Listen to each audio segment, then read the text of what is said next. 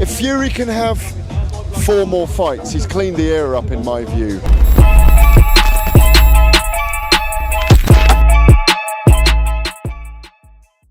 Pro boxing fans here in Riyadh, Saudi Arabia, for the big one. 2 big giants, Tyson Fury, Francis Ngannou. With me, the smoking Gareth A Davies, the smoking gun, Gareth A Davies. Gareth, first of all, how are you, sir? I'm very well, thank you. Delighted to be here at this really very spectacular event. I mean, until you're here, you can't imagine the size. This is just the fighter workout here today, and we are kind of in a mini stadium basically. Yeah, the lighting, the branding, they've really pulled out all the stops. No expense spared on this one. Let's talk about why we're here. Tyson Fury, Francis Ngannou. The narrative is, look, we're going to be very realistic. Tyson should be able to do what he wants in the ring because the ring is where he's been taught. Is that the narrative that you go with? That, you know, technically Tyson should be able to beat Francis regardless of Francis's punching power? Yeah, without overstating the obvious, he's a big favourite. Francis Ngannou is a big, powerful mixed martial artist, was at the head of the UFC in terms of being the heavyweight champion, but loves his boxing, always wanted to be a boxer.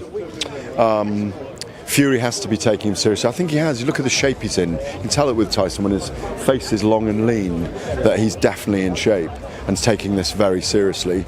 I expect Fury to be a little cautious and not, you know, go into a war as he said he was going to do with Deontay Wilder in that 3rd fight, as we got, and use his boxing skills early to try and dominate behind his jab and try and befuddle, tire and dominate Francis Ngannou, who I think's going to be very dangerous for the first 3-4 rounds of the fight really. But then I think he'll tire after that because of the concentration levels he's going to require to get at Fury. It's going to be a hard night for him. But on the other side of it, Francis Ngannou's got nothing to lose. So he can go all out. They've got him ultra fit. He can go all out in this contest. So, yeah, but it's a great prospect. There's jeopardy on Fury, isn't there? Obviously, we know, and massive rumours, I think people inside boxing know that they're going to announce December 23rd as a date after the fight, which puts Tyson in a predicament. He can't afford to get a cut, he can't afford to get hurt, can't afford to get an injury if that is the date. Do you think that with that fight already signed that he is going to just go in there and have to just get him out early? He might well do that. But the more he opens up straight away, he's got to have a look at Francis. Francis is going to be unorthodox, remember, he's going to throw punches in an unorthodox manner, purely from the fact that he's not a pure single mixed martial art trained fighter, as in a boxer. So Fury's got to have a look at him for a couple of rounds. He's going to have to watch Ngannou's head. He won't want to get cut. But boxing has a habit of creating drama, doesn't it? So, you know, when Fury was cut in Vegas, look what that caused. I mean, he still was back in action soon afterwards, but well, so many weeks later. But yeah, I mean, if that is going to be announced on December the 23rd, he needs to come out unscathed with no injuries, not take too much punishment. So can't be out because I'm going to get a copyright claim on this. But let's talk about Usyk Fury, big fight. How big is that fight in the time that you've covered boxing? How big is Fury Usyk?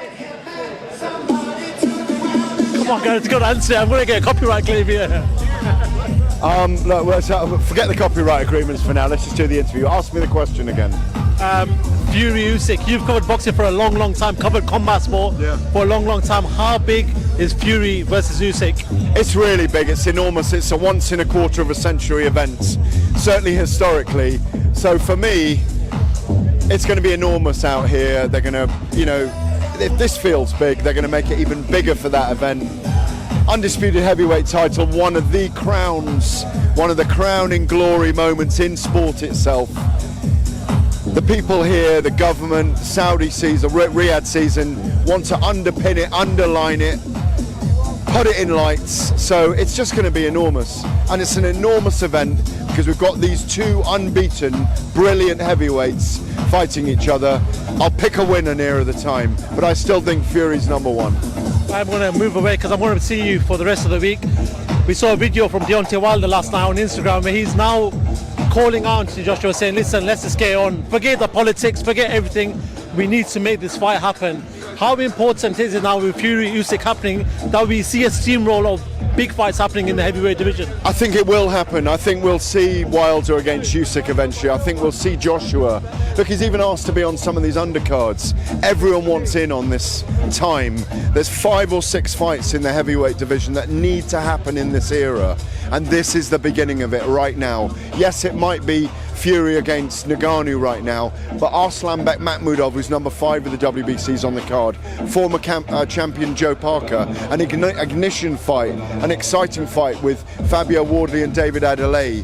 There's so much heat being poured, or so much fuel being poured on this fire. This is the time. I've always said it: money, timing, ego, for all the heavyweights to come together for these fights to happen. Joshua and Wilder as well, by the way. It's going to happen. Next couple of years, it's going to happen. If Fury beats Ngannou and Fury beats up Usyk and really beats him up, and they don't have a rematch, and he doesn't want to fight Joshua if Joshua's still unbeaten, if Fury can have 4 more fights, he's cleaned the era up in my view. He's a brilliant champion. If Usyk beats Fury and they have another fight, and Usyk wins that, he's yet to beat Wilder, that fight will happen. So anything can happen, but at the moment, right now, this is the beginning of the battle of the very baddest for the next 24, 30 months. We're going to be getting that kind of thing, in my view. Final one before I let you go, because I know you've got a lot of work to do. Anthony Joshua entering a dark retreat for 4 days, just no lights, just pure darkness. Why do you think he's done that? And what can he gain from that? Total calm is what I imagine he's looking for. Total calm, and hopefully meditating on the fact that it didn't work out. It didn't work out going to Saudi Arabia to fight Wilder for now, but that he'll be on a card very soon, I'm sure, over here. I hope so. With or without Eddie Hearn, who knows? Gareth, always a pleasure to talk to yourself. We will catch up one of these days in the week. Absolutely. And I'll let you do your work. Thank you so much for talking to Pro Boxing fans. Top man.